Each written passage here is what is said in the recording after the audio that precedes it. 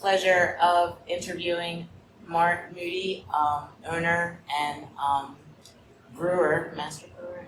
So Former I'm owner. no longer owner. I'm an employee.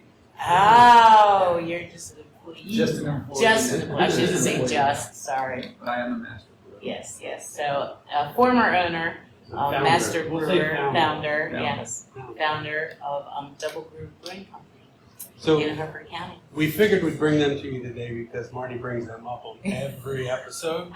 Just about. So Marty, if you haven't seen that, Marty mentions you on every Well, thank Oh, I you. think you help out too. I I do think too, you I bring do it up too. too. Yeah. Yes, yes, yes, She yeah. got married here. I so- did. It's their first wedding. Yeah, it was exciting. It was a lot of fun.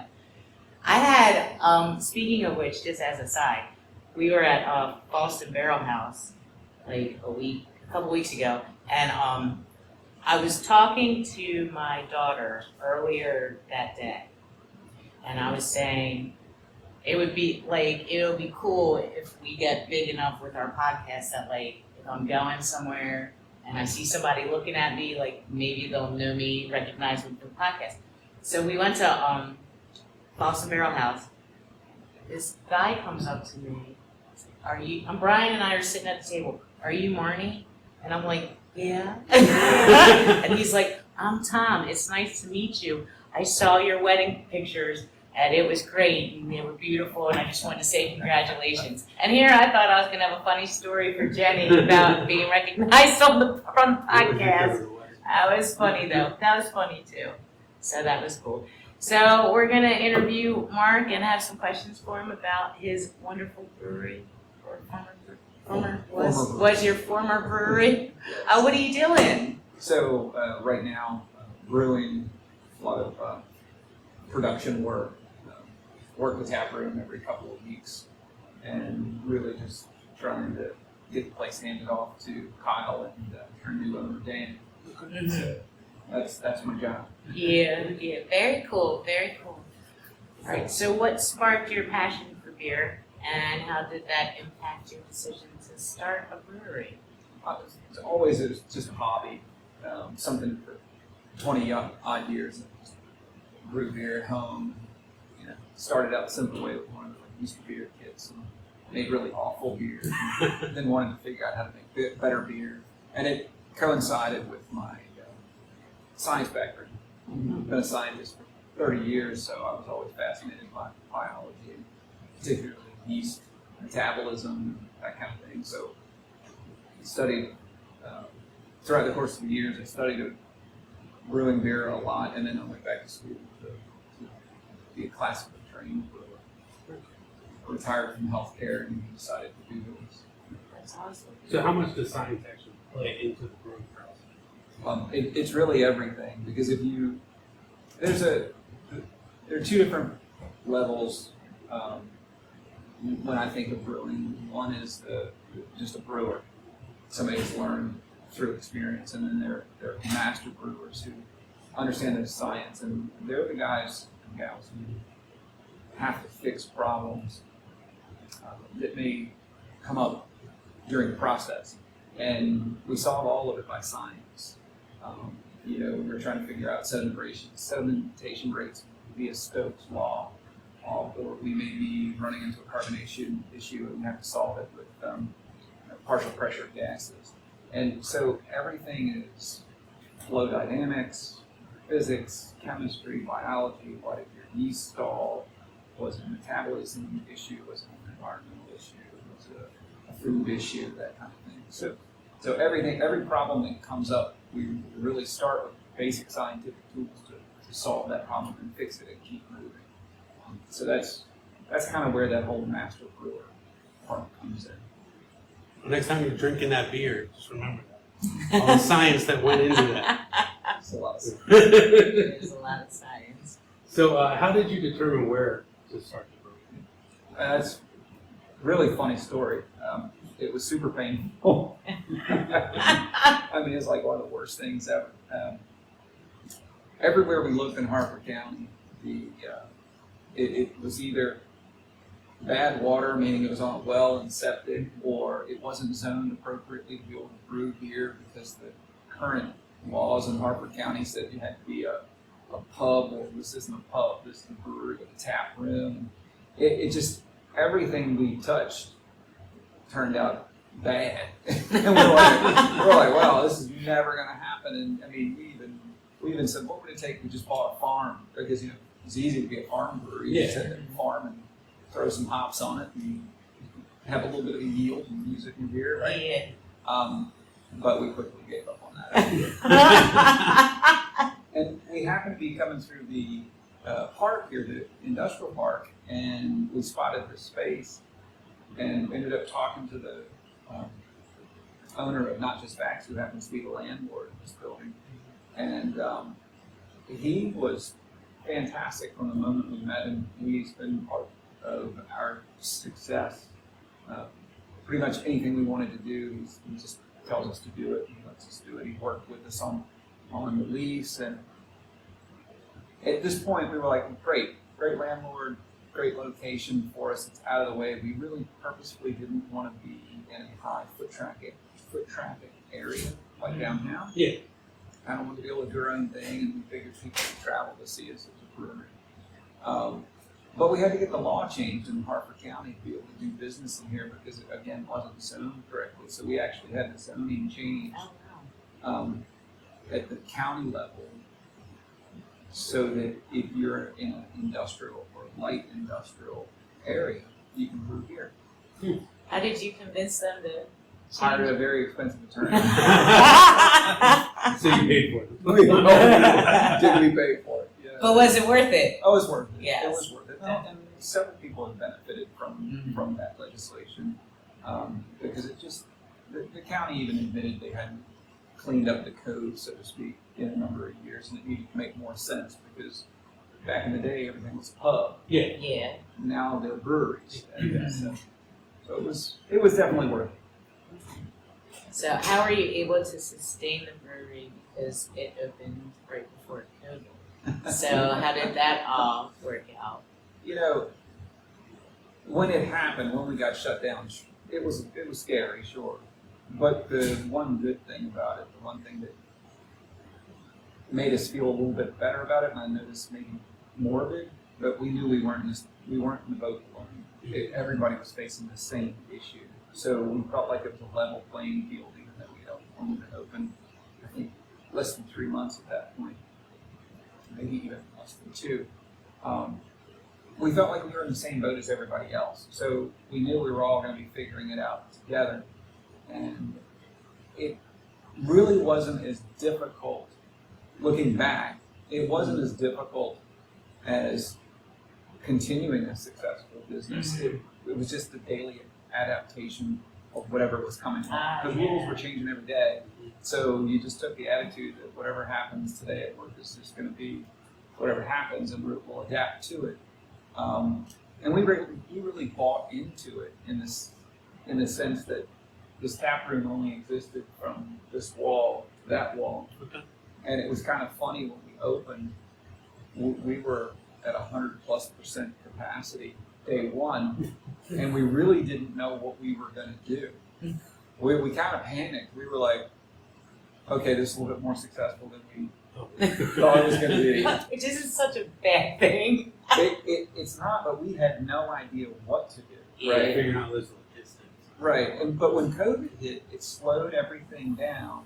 And then when they started changing the seating matrix for occupancy and that kind of thing, we were able to go to our landlord, and our landlord, Mike Parker, said to us, well, look, it's just cubicle space for me. He said, you can have from this wall over, just do the renovations and it's yours. I'll just move the people over.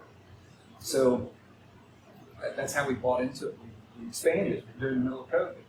And then, the whole migration towards trying to get people outside. Mm-hmm. So we were like, well, we need a deck, but we're on a parking lot because we never envisioned being able to put a deck out. And fortunately, at the time in this county, we had a great administration who was doing everything in their power to make sure that businesses stayed open and survived. And we said, well, we want to put a deck on a parking lot outside of our business. They were like, do it. Just get it done. Stay open. Yeah. And ultimately, we have to thank our patrons our patrons did not want to see us go under. They were very worried that we were going to go under, and they're the ones who saved us. They showed up every day in their car for to-go beer. I rode around on my motorcycle and delivered beer to houses. It was weird, but it worked. We came in the morning and put canned beer together, and people would start showing up about 2:30 or 3 o'clock in the afternoon for their to-go beer. And we just handed it through the windows in the car, and we were like, well, we don't know when normal is coming back, but this is working, so we just kept at it. Yeah.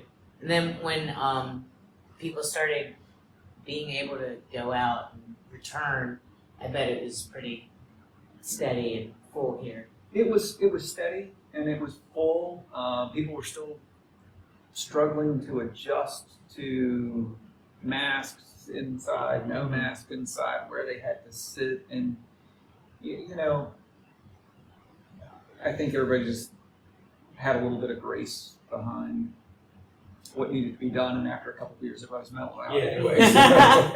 So it worked out pretty well. Yeah. But I noticed throughout COVID and during and after that the community really rallied around every local business. So the local guy actually got more of the business than the chains, and I don't know if you saw that, but we saw that at HUMA. I mean, they really rallied around us, and the community kept us in business. I mean, Sure, it same thing happened here. I mean, we had people coming in buying gift cards, and they're like, "We don't know if we'll ever be able to use them, but if it helps you out with cash flow, we want to see you survive." Yeah. We were like, "That's really cool." Yeah, I know. You're very dear to the local people, because every time when we're out and about talking about Double Brew, everybody just raves about it. It means a lot to everybody. That's great. We appreciate It it very does. much. It really does. It does. So how do you determine the names of your beers? And this will probably go into how you came up with the name Double Groove, and then specifically which song it reflects. Oh, So how do you? well, I tell you what. Let's start with the name Double Groove. Double Groove was one of those other legal adventures that we spent like a year on. It was not the first name, wasn't the second name. It was like the 54th name. Wow. We trademarked. We wanted to trademark our business. We wanted to make sure that we were successful, that nobody could infringe on our name. So again, we went to another very expensive lawyer who works in trademark in Baltimore, and he got us all set up, and he said, well, just send me your names and we will tell you whether you can have them or not, because some names, if they're too common, they're public domain, and other things, if they're too complicated or if they seem like they're infringing on somebody else, they will say no. So we were all excited because we had a top list of like 6 names, and any of them were great, and we were ready to go. And it just became like a daily joke. We'd get the email back, no clue. I looked at our business partners at the time, and I'm like, I don't know what to do. I mean, do we just not trademark it and go with what we like and hope for the best? And finally, one of the original founders of the business partners of mine said, my daughter came up with a really cool name. It's called Double Groove, and it has to do with the theme of the brewery anyway. And I'm like, okay, I'm definitely listening. And it's all about the number of grooves that are engraved on the side of a vinyl album, and it's very popular in England where they'll double groove it. And up there is a double groove album, the Monty Python album. They were one of the very first ones to do it, and they did it because they were jokesters. If you bought the album and you're listening to it and you heard a skit and you thought it was super funny, if you took it over to your friend's house and you tried to drop the needle in the same place and find it, you couldn't find it. So, but there are a number of double groove albums on the wall, and it helps artists get more tracks on an album. It's cheaper to produce. So it's kind of an intricacy, but it's also a novelty. It's not something that you see in the mainstream. It kind of describes it. Yeah. I'm a vinyl guy. I just learned. So that's how we came up with Double Groove. Again, an adventure. Not one that I want to repeat. No. What would it be if it wasn't an adventure that way? Well, I had 53 choices. They were a myriad of. Do you even? Can you give us an example of a couple? Just So the one that I really liked infringed too much on music. It was Strange Magic Brewing. So I really liked that. Everybody had their favorites. And it was kind of funny because all of the naming that we've done here is by committee. So when you ask the question about how we name our beers, we have some internal rules. One, we want to keep it classic rock. It has to be the name of the song, not the album. And it has to fit. It has to sound right. It can't, for example, fun German beer that will be out is there, Breaking the Lager. It's a dark Dortmunder Union beer, and it's a lager. So breaking the lager, it just kind of rolls. It makes sense. Breaking the law, you're almost there, right? Yeah. So somebody will throw names out. Usually we have 4 or 5 names that people throw out, that work here. Everybody contributes, and it'll always be that one where they go, that's it. You got to name it that. That fits. So that's kind of how we name them. Cold as Vice. Yeah. It works. It rolls off of it. So it's not really about the style of beer to the name. Okay. It's kind of what works. Give me 3 hops. Yeah. Right? I've got 3 different hops in the beer. You drink enough of it, you will be hot. So it's a lot. It's just fun. It's supposed to be fun, and it's fun for our patrons. They come in and they look at the names and they're like, that's from so and so album. And sometimes they'll come to us and say, I can get like 12 of the beers, and I know all the albums. What are these other 2? Because sometimes we have obscure names. Which is your favorite beer? Give me 3 hops. Yeah. Yeah, that's our flagship beer. I brewed it before we opened the brewery. We took Best in Class and Best in Show for it, and that was off the stovetop in my kitchen. Cool. So it's been on ever since, and it's always been on tap too. And hopefully the new owners will keep it that way. Yeah. If they're smart. I'm sure they are. So how do you decide what style of beer you're going to do? I know some of it's probably seasonal. Definitely, we try to be in season and in style. So there's 2 different things to brewing. One, when you brew a beer, you want it, or at least I want it to be stylistically correct. And I'm a huge fan of German beer.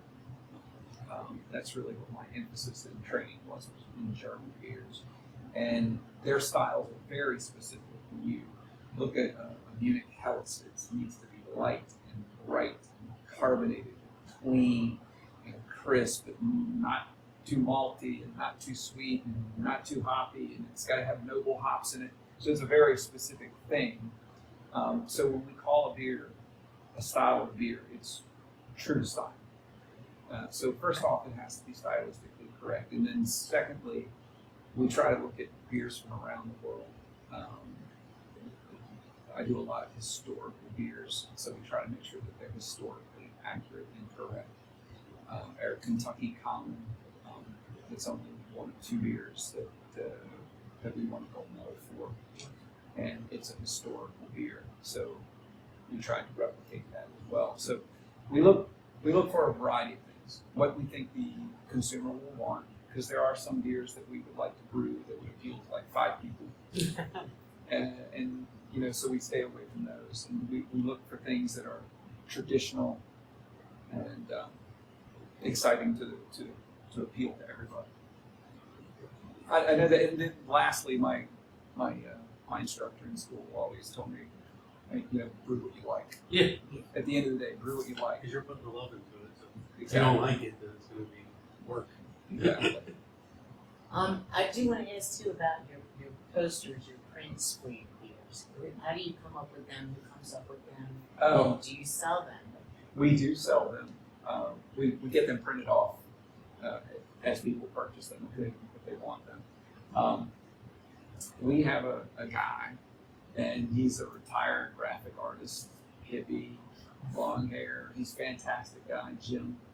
I'm not going to say his last name, because I don't know if he wants me to put it out. Jim is really cool. I'll call him up and I'm like, hey, Jim, this is a style beer that I'm coming up with. This is the name, and come up with it.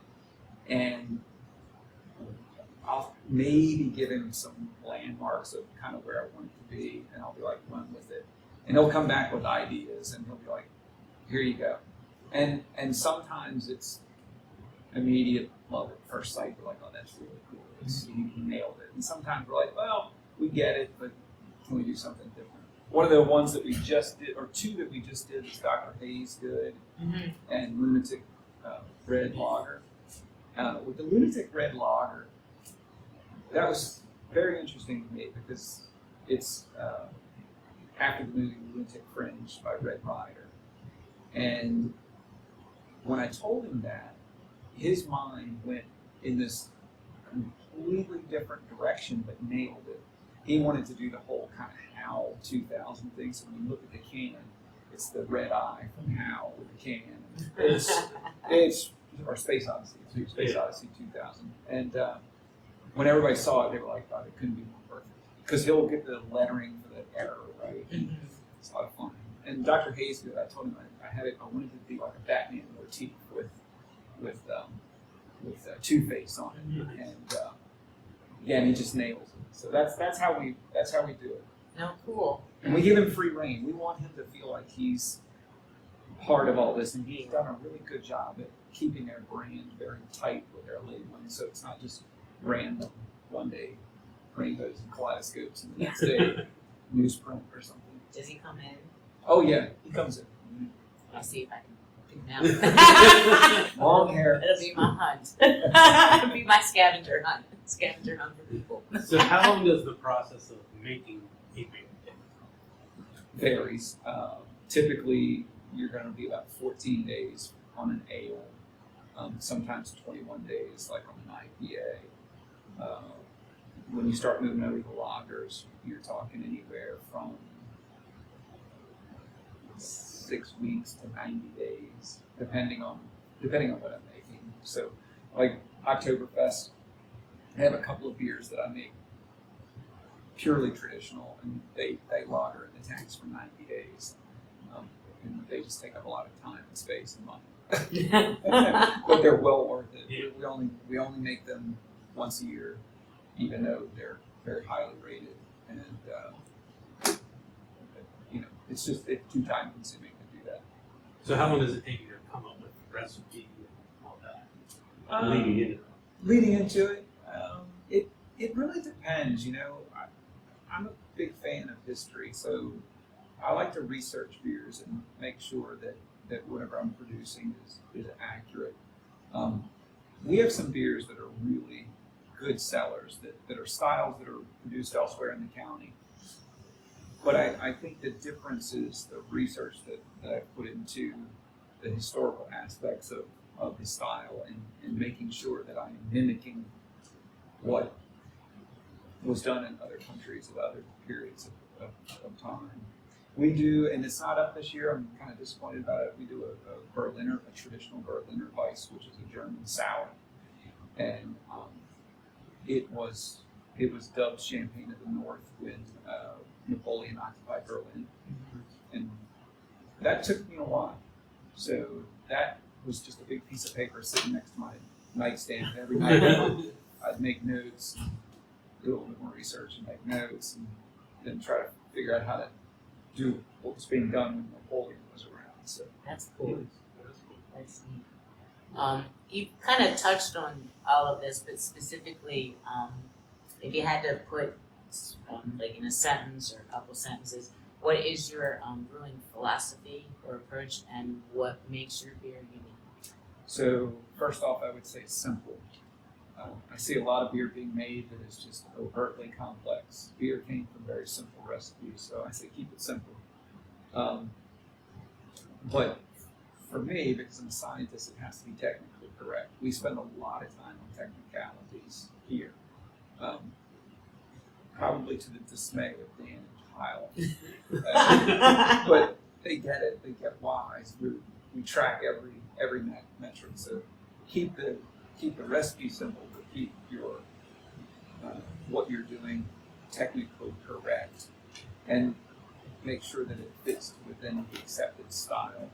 Um, it's going to be rare that you ever come in double brew. I won't say it won't ever happen, but I hope it doesn't ever happen. But it's going to be a very rare day when you come in and you ask for a beer that you know what the style is, and you pick it up and you drink it, and you're like, that's not the right style. That's just not going to happen. So keep it simple. Be technically good with what you do, and make sure it's the style. And I think if you do those three things, you can distinguish yourself. How do you support local businesses and colleges? Well, I think it's like most things. You know, we find the things that we like and we support those. And I get it. There are a lot of organizations who are looking for support. You know, we get 10 emails a week asking us to support folks, and we just said, you know, how do we come up with some sort of scheme that would support everybody? And we're like, well, we can't really do a good job across the board, so why don't we just support the things we like? So we're huge dog lovers, or animal lovers, I should say. So we support Luna's House. We have Hero Rescue here. I think every other month, and we do events that you can donate to Luna's House, whether it be for supplies or just raising money. They're a big focal point for charity for us, as well as the Sheriff's Deputies Union. They've been a big charity that we've gone after just because we think, you know, so many people are sacrificing for us. It's the least we can do. So those are really the ones. And then, you know, sometimes businesses come to us and say, hey, you want to partner and do this or that. And we try. We try as much as we can. You also have vendors for your during your events, because that was how we got the cookies for the ceremony. Oh, here, yeah. Because Sweet Day Cookies was over there, and we purchased one, and we loved it, and we said that's going to be for our ceremony. See, that's why Lisa should have been here today, because she could answer a question like that. That's true. Lisa has a good relationship with a lot of different vendors and tries to give them an outlet through us, like Beer Bond in the Middle that's coming up. We have a lot of vendors that come to that, and we want to see them succeed just like anybody else. So any relationship that we're getting into, we want it to be as successful for them as it is for us. We want everybody to benefit from it. Before we get off of that, when is that coming up? So, well, Beer Bond in the Middle is scheduled for this Saturday, but I think it's being moved to Sunday because of the weather. we'll have to push. We'll push it out before. It's being for Sunday. Maybe we're going to figure that out tonight. Oh, I thought it was next week, like the 13th. No, it's scheduled for this Saturday. Well, did you have something else scheduled for next week? Because I know I looked at something and I was like, we can't go because we're going to see Eric Clapton in concert. I was upset. Maybe not. I have to look at the board now. What's that? Oh, you're right. Oktoberfest is the 13th. Yeah, that's what I'm missing. Oktoberfest. I'm all upset. Thank you, Dan. Thank you. And that's actually my favorite event of the whole year. We just do it here in the parking lot, and it's just so much fun because we have such great German beer. And if you can't find something that you like, then you just don't like beer. Yeah. I promise you that. Well, I'll be able to come on Sunday then, if it gets switched to Sunday. Yep, it'll be down at I'll be able to come. That's exciting. Because I'm not going to, Brian has a Lodi gig, but I'm not going. I'm going to go out to dinner with my daughter. There you go. So, I'm going to go there before she gets off work. Swing by. That's exciting. I'd be happy. Cool. I'd hate for you to have to switch it, but I'd be happy. We've done it before. Yeah, we've had to because of the weather. Do you collaborate with other breweries on things? We do, not as much as we used to, and I think that's just kind of a trend in the industry right now. There's just, I think that used to be something that happened more, where folks would collaborate on beers. Having said that, we just collaborated with Falling Branch and Hopkins on the Flock West Coast IPA beer. Oh, okay. So that was the three of us. But I tend to think of collaboration a little bit differently. We all work together. If somebody needs something and they're absent, they don't have it, they'll call and say, hey, do you have a bag of this, a bag of that? We do that with independent. Independent will call us, we'll call independent. We've got other breweries call and say, hey, our keg machine doesn't work. Can you clean some kegs for me? And we're like, sure. We want everybody to succeed. Yeah. And we have another brewery that's up and coming in Harford County, and he's like, can you come by and just look at some things and see Oh, things that's right? cool. And we there's a great camaraderie, I think, through the industry, but we haven't been doing too many beers together. So, when do you start preparing, going back to Oktoberfest, for Oktoberfest? So I start usually in May and June. I'll start acquiring the ingredients in May. Probably June 15th is like my cutoff date to start brewing. I'll start brewing at the end of June. And then if I don't have it all done by July and wrapped up in the tanks, I'm in trouble. Yeah. Yeah. So the 9 days. Do you try to do like one different beer each year, or do you like keep your what are your staples that every year you're gonna have? I want to do that. Last year we introduced a Dunkel right after, and I wanted to get that back on this year because it was so much it was so well received and it was a lot of fun. But it's not. It didn't make it back. And this year we have a beer coming out that's not a traditional Oktoberfest beer, but and it's one of Kyle's creations, and it's fantastic. It's a traditional wit beer. It's a Belgian beer. So we're going to be having that come out right after Oktoberfest. So yes, we do try to preview something new. It just says the scheduling just doesn't always work out. And we're always brewing ahead because your quick question about seasonal, the pumpkin beer. That's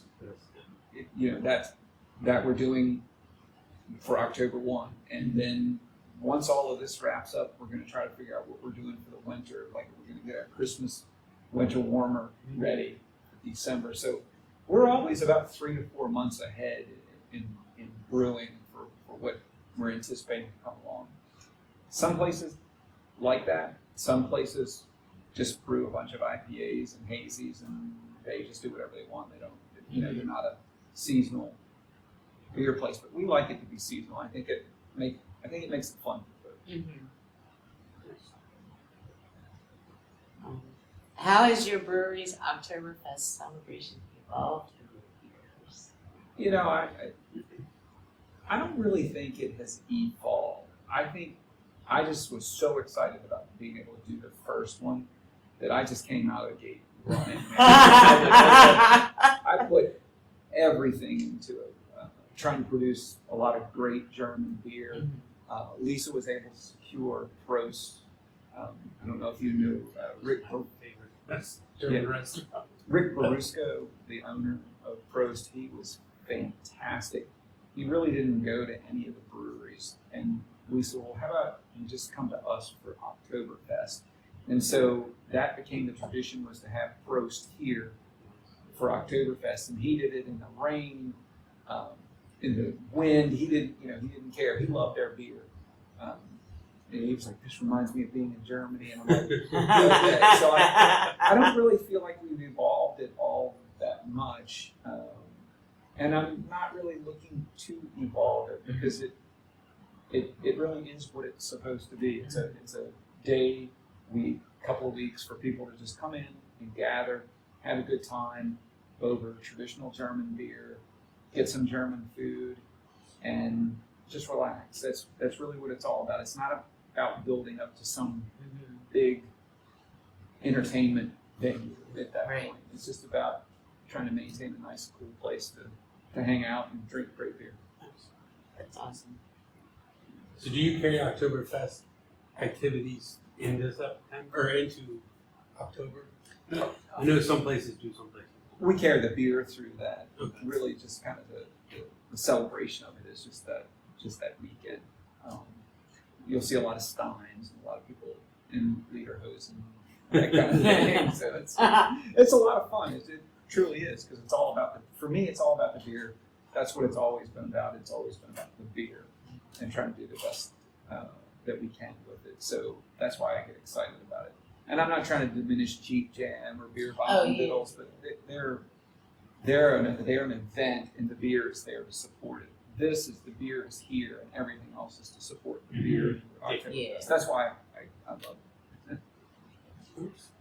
Very cool, very cool. So what, I know you said, you were no longer, you and Lisa no longer are the owners, so do you know, like, what the vision of Double Groove will be for the future so far? I think in terms of short term, you know, if you ask me what are my short term goals, first and foremost is just survive Oktoberfest. We get through that, make sure everybody has a good time, make sure all the beer is up to par. So that's short term goal. The next short term goal is we're trying to open the space next door. So that we have explains the wall. removal of the wall. But the good news is it's not the entire wall. We're only going to be taking out about a 13-foot section, which is going to leave the perimeter. And our contractor has promised me that they'll be able to leave that, and we're going to frame it so that you can see the remnants of the mural. Oh, cool. And then, of course, the turntable is a separate piece, and that's going to come off the wall. And we're hoping to mount it into the new room. Oh, nice. So it'll be depth, and so for all the people who were here since day one, they will feel like things have changed but haven't gone away. And for people who have not been here since day one, they won't know any different. They'll think that's really cool that you got this kind of thing that's framed in. Yeah. So that's pretty cool. Hopefully we'll have that space open by December. But Because it's going to get cold. We all know how that goes. And we can't all like fit in here sometimes. So. Yeah. So that's going to be it'll be a nice room because we have our Friendsgiving event where everybody brings food and gets together so we can have food over there that people bring. It's an extra space for overflow, maybe even some small music where maybe they don't want to be on the stage, but just like an acoustic guitar playing something. Like you used to when they first opened, they had music on that side. Yes. Over there. Yeah. They used to. Yeah, very cool. We figure we can do a lot with it. Very nice. In terms of long-term vision, these guys are young. They've got youth on their side. I do not. So they have a long time to develop exactly where they want to take this. That's awesome. Yeah, well, we're excited to see what happens because Brian and I will be here. Rob will be here. Yeah. I know you'll I gotta be start making it in. traveling, but we hope you come back and visit us once in a while. Yeah, I think after we relax for a while, we'll make a trip. Very cool. Very cool. Well, thank you so much Thank for you guys. It was fun. answering our questions. It was fun. We like it all, and we'll post all of the up and coming events for Double Groove. Fantastic. We'll just keep a thread going Awesome. all the time. Make sure you make it out here. Yeah.